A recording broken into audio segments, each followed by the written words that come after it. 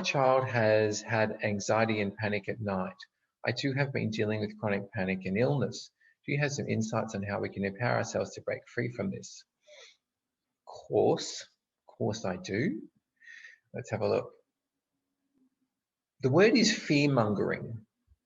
There's a lot of fear-mongering going on the planet. That comes from watching the news. It comes from listening to what neighbors have to say. Social media, certain friends, certain people come in, talk about, I don't know what's going to happen tomorrow. I don't know if this year's going to be better than last year. And it feels to me, Mindy, that a lot of what's going on with you both is just this talk around the uncertainty of tomorrow, the uncertainty of the future. Now, the universe is saying we create our own future.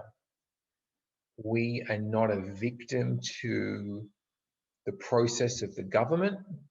We are not a victim to the process of our upbringing. We are not a victim to the process of the stock market. We make our own reality. Now, when we look in this third dimensional reality, we see almost like a flat kind of painting, like this flat reality. Looks like this is what's happening. The news says this is what's happening. The government says this is what's happening.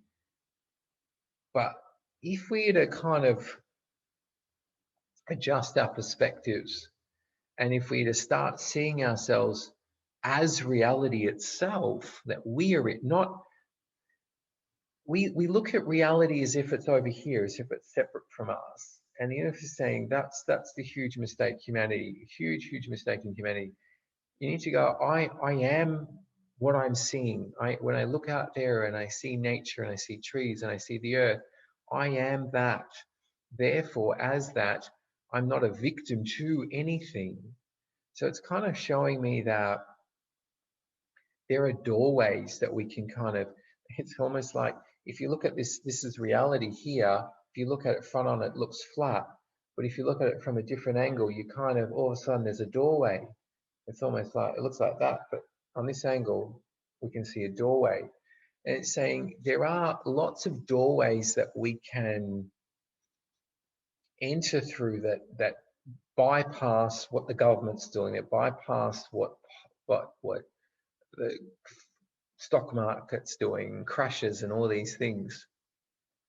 So what there is to realize on that, Mindy, is number one, fingers in the ears. Stop talking to people about what's going on in the world, and rather go into a nice deep meditative space if you're connected to the universe, and asking, where is my doorway to a better life?